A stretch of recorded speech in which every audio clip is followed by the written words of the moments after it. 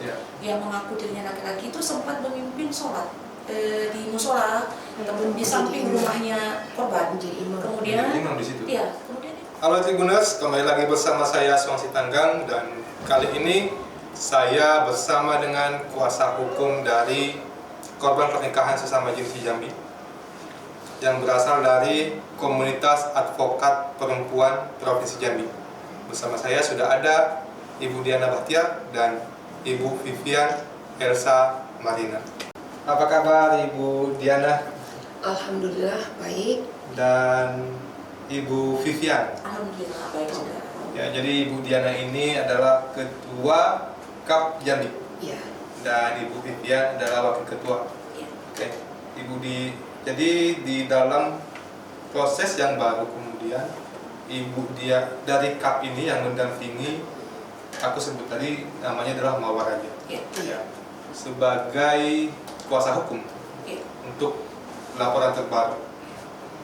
Bisa sampaikan mungkin Ibu Diana atau Ibu Vivian, apa sih laporan terbaru yang disampaikan terkait dengan kasus yang cantolannya kasus pernikahan sama jenis ini? Terima kasih atas kesempatan ini. Terkait dengan laporan kami sampaikan kemarin itu adalah difokuskan itu tentang penipuan secara materi.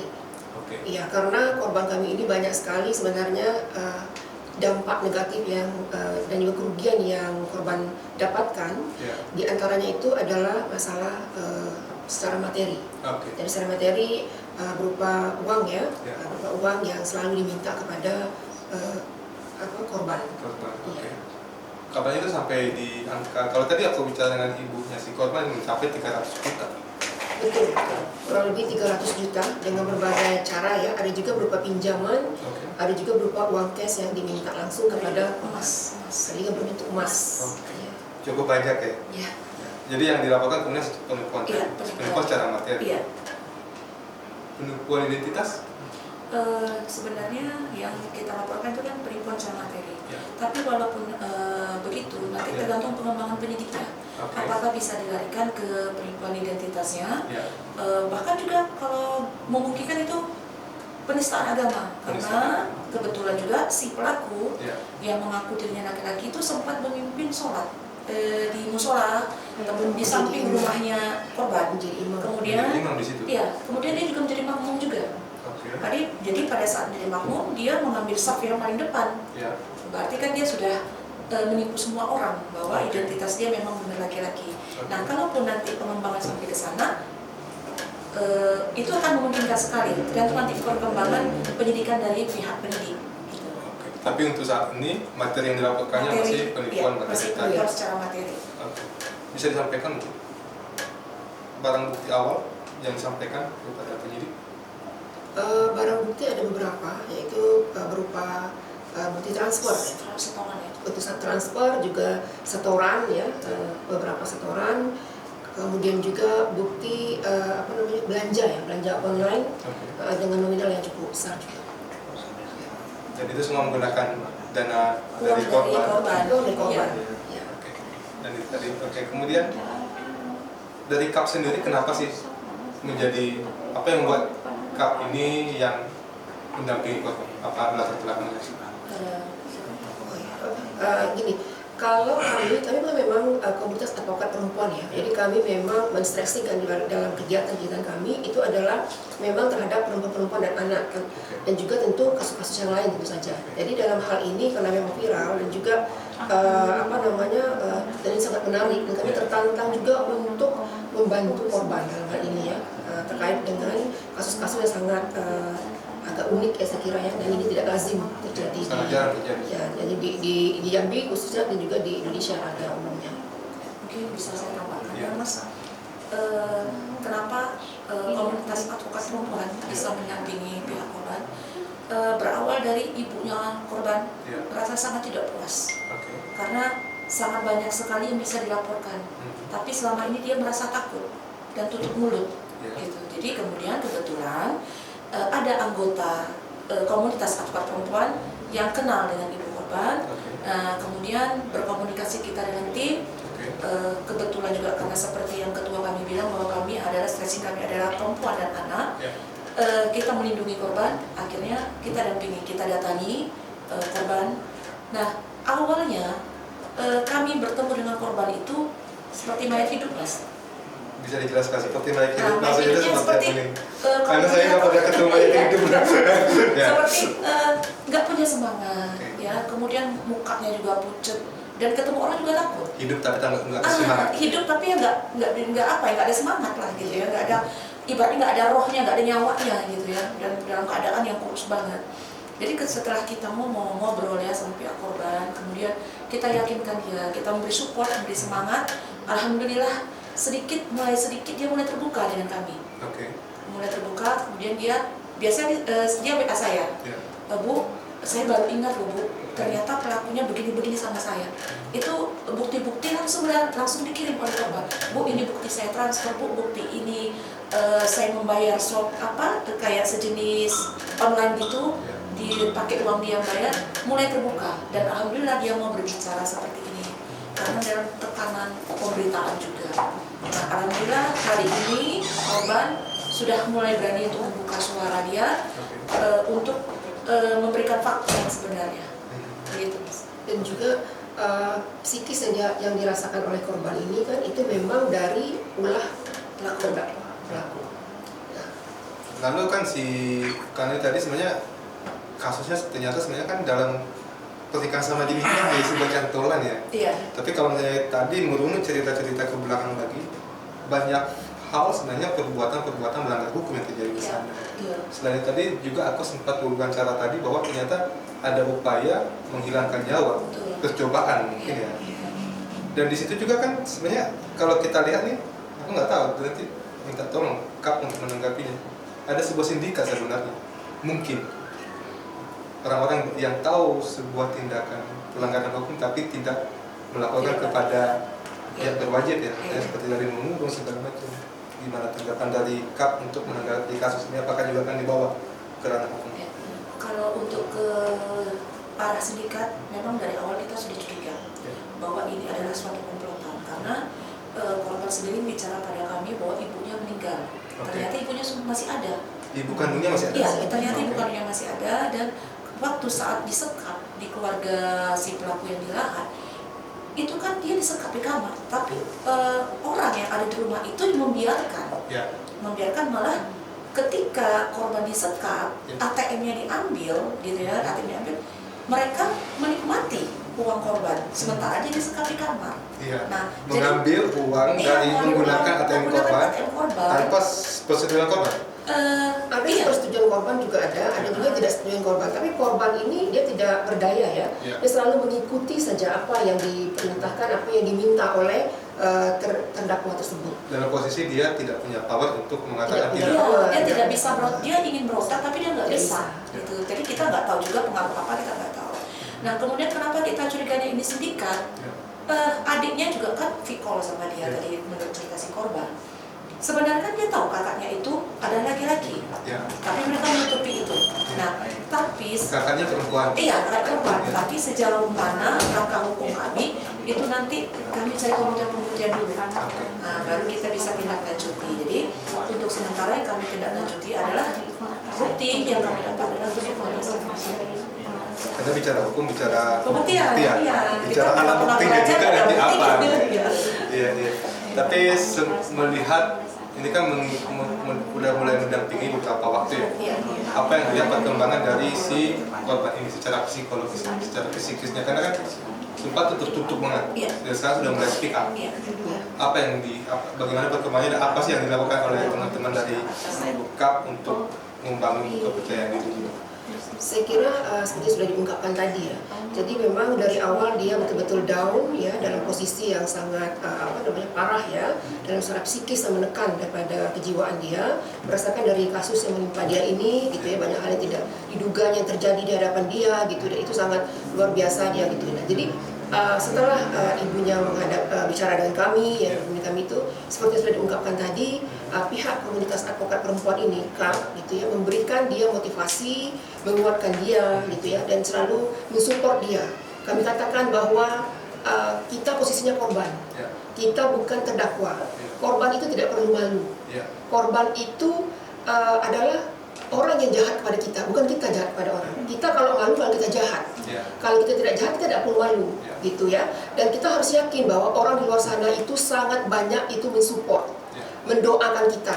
Ya. Nah, dengan adanya itu harusnya diri kita harus lebih kuat daripada itu, Betul. ya kan? Nah, anggap saja Tuhan memberikan segala sesuatu kepada kita ini, pasti kita mampu. Yakin akan hal itu, menutup telinga seperti yang tadi Mas katakan juga, dan juga fokus saja ke depan. Dan hasilnya secara perlahan tentu saja, dan tentu tidak bisa secara cepat ya, karena ini mengangkut kejiwaan. Dia terlihat sekarang perkembangannya jauh lebih baik, alhamdulillah. Baik secara fisik sudah mulai dia agak segar gitu ya, tidak seperti tadi diungkapkan oleh Pipi seperti main hidup, walaupun saya juga belum pernah main hidup. Kira-kira saking dia itu posisi sangat parah ya, secara fisik, kesehatan dia, psikis. Ya. Nah, jadi sekarang sudah kebandingan itu jauh lebih baik sekarang ini gitu. Jadi artinya progres alhamdulillah bagus gitu. Jadi tapi masih terus ya harus lagi lebih kuat lagi lah untuk menghadapi nyataan permasalahan ini gitu.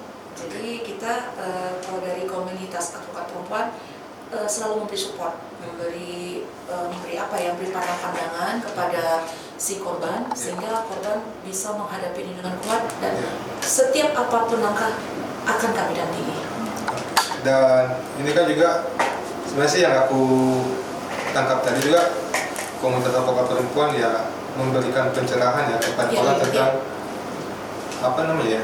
hak orang atas hukum gitu, hak atas hukum ya, hak atas pembelaan segala macamnya. Yang seperti tadi disampaikan ternyata mungkin tahu bahwa ini sebenarnya salah, tapi nggak berani melaporkan.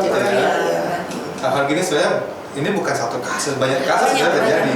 Ada perempuan yang sudah menjadi korban tapi takut aib, ya nggak sih? Iya. Oke. Aku nanti kita akan sebenarnya aku punya wawancara aku satu tentang itu. Lalu ini sekarang ini si pelaku itu kan sedang didakwa dalam kasus gelar palsu ya. Ya, gelar palsu, profesi palsu. Ya. Kalau pandangan kami kemudian cukup tidak kuat sebab tidak digunakan untuk sebuah praktek atas profesi itu gitu ya, hanya tertulis. Kalau dari Kap sendiri melihatnya gimana? Ikut apa sih perannya dalam kasus ini? Mungkin di dalam kasus yang ini gitu ya, terhadap terdakwa itu kan sudah ada PH sendiri ya, penasihat hukum sendiri, dan sidang bukan tidak mengikuti untuk kasus yang pemalsuan gelar akademik. Jadi mungkin itu bukan wewenang kita dari KAP untuk menjelaskan tentang seputaran kasus pelanggaran daripada identitas kesarjanaan dia tadi itu gitu. Jadi kami tentu tidak bisa menjelaskan tentang hal ini gitu. Jadi bukan ranah kami. Dia ada pengacaranya sendiri. Ya. Karena dari teman-teman KAP tadi seperti tadi itu adalah mendampingi mulai dari pelaporan yang dilakukan pada hari Rabu atau Kamis kemarin. Hari Selasa kemarin. Untuk pengaduan penipuannya saja kami dampingi. Kalau untuk yang saat ini yang disidangkan kan itu dia dikenakan Undang-Undang Nomor 20 Tahun 2003 tentang Sistem Pendidikan Nasional. Nah, kemudian dia pelaku juga didampingi oleh pengacaranya sendiri. Jadi kita juga tidak tahu perkembangan persidangannya sampai di mana. Kami hanya mendampingi korban dan ibu korban untuk laporan penipuannya. Oke, kita kembali, aku narik tadi pull out satu hal adalah banyak perempuan yang takut untuk bicara atas kejadian yang dialami. Banyak misalnya itu pelecehan paling banyak ya. Takut untuk menggunakan instrumen hukum. Dari teman-teman KAP sendiri ada upaya nggak sih untuk membangun kesadaran hukum di kalangan perempuan terutama? Baik, program KAP ini salah satunya adalah memberikan konsultan hukum, memberikan penyuluhan hukum tentang perempuan dan anak. Ini baru satu kasus yang kami temui karena kita KAP juga baru berdiri gitu ya, baru belum sebulan sih kita berdiri, tapi kita sudah langsung menjalankan program itu. Ini baru satu kasus yang kita dampingi di KAP ini. Harapan kami ke depan KAP ini kita juga bersinergi dengan nantinya ada P2TP, 2A ya, di kota ataupun provinsi. itu kami mendampingi korban. Oke. Kami memberikan penyuluhan ya secara gratis tentang perlindungan perempuan dan anak. Itu program kami memang seperti yang Ibu Ketua canangkan untuk program kedepannya, kami akan melakukan itu. Mungkin Ketua bisa.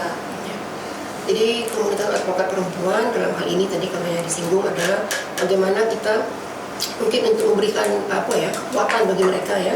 Karena mungkin banyak di luar sana itu yang satu tidak berani atau barangkali dia tidak mengerti ya kan gitu kan. Jadi mungkin tugas KAP ini yang paling khusus itu adalah di samping kami ini adalah beracara sebagai pengacara masing-masing dan perkara masing-masing, kami saling mensupport satu sama lain. Samping itu kami adalah kebersamaan kami itu di dalam memberikan penyuluhan dan sosialisasi tentang hukum ini. Jadi sampai dari tingkat yang paling tinggi sampai tingkat yang paling bawah, dan kami bersinergi dengan pemerintah dan juga stakeholder yang terkait lainnya. Nah, kami di situ akan memberikan penyuluhan hukum tentang apa saja supaya masyarakat mengetahui dan jangan takut lagi, menghimbau tentu saja, memberikan sosialisasi dan juga menghimbau supaya kita punya hukum nih. Kalau begini-begini kita ada aturannya, khusus perempuan ini. Jadi kita tidak boleh lagi berdiam, tertekan dan membiarkan itu gitu. Jadi semuanya itu ada aturannya, ada hukum positif sedang berlaku di negara Indonesia. Jadi kita jangan takut gitu. Jadi itu yang kami stressingkan untuk kami sebarkan lah ya gitu ya melalui sosialisasi, dan tentu sudah kami programkan, sudah kami buat.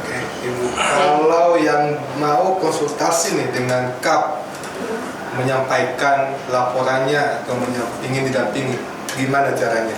Ini kayaknya jadi poin penting juga dari untuk bertemu dengan KAP nih. Bisa. Kami ada kontak person, mungkin kami langsung kepada sekretaris ya. Nanti bisa menghubungi sekretaris kami, dan nanti itu bisa dicatat dan nanti bisa dibikin schedule untuk perjanjian gitu kan, mungkin pendampingan sifatnya kayak apa gitu kan, atau akan berikan sosialisasi suatu tempat mungkin dengan suatu komunitas yang memerlukan penjelasan kami, ataupun mungkin penyuluhan secara person atau kelompok tertentu terhadap suatu perkara gitu. Kontak person mungkin yang bisa dihubungi? Bisa ya. Sebenarnya kami pengurus bisa, mungkin sekretaris lah nanti yang lebih bisa langsung menghubungi ketua juga bisa. Intinya bagi yang pengen, yang butuh pendampingan hukum terutama dari kalangan perempuan dan anak, dilihat Ibu Ketua dan Wakil Ketua, dicegat aja nanti di mana. Siap. Karena di Jambi salah satu kasus yang sangat besar adalah kasus yang menyangkut perempuan. Kita masih ingat ketika ada puluhan anak Jambi menjadi korban pelecehan yang dijual ke Jakarta. Ya, perspektif adil nggak adil mungkin berbeda ya, tapi kalau saya mengatakan tidak adil untuk pelaku hanya mendapatkan ganjaran segitu gitu ya. Dan juga banyak kasus-kasus lainnya yang terjadi yang mungkin bahkan butuh pendampingan dari KAP. Silahkan nanti dengan teman-teman KAP yang akan concern pada persoalan perempuan dan anak. Siap, kami siap mendampingi. Cuma itu aja kita berikan bahwa jangan takut untuk bersuara. Ketika ada yang meminta kami untuk mendampingi, kami selalu siap. Intinya jangan takut untuk bersuara, karena semakin kita diam, semakin orang kuat untuk menginjak kita.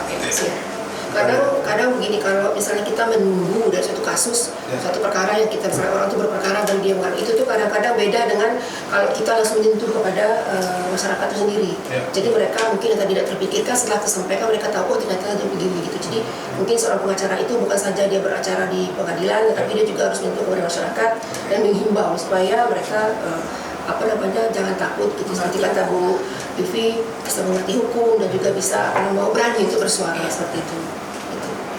Oke, terima kasih banyak untuk Ibu Diana Bahtiar dan Ibu Vivian dari Komunitas Advokat Perempuan Provinsi Jambi yang sudah tadi menyampaikan tentang proses hukum yang saat ini dilakukan untuk mendampingi korban pernikahan sama jenis di Jambi.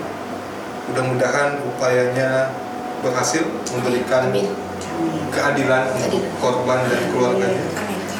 Ya, dan seperti tadi juga akan berupaya untuk memberikan kekuatan bagi perempuan lainnya dalam menghadapi proses yang mungkin berbeda ya. Itu yang utama. Ya, dan itu yang triponya tadi. Semoga juga keadilan memang akan terjadi di negeri ini. Saya Song Sitanggang, sampai jumpa.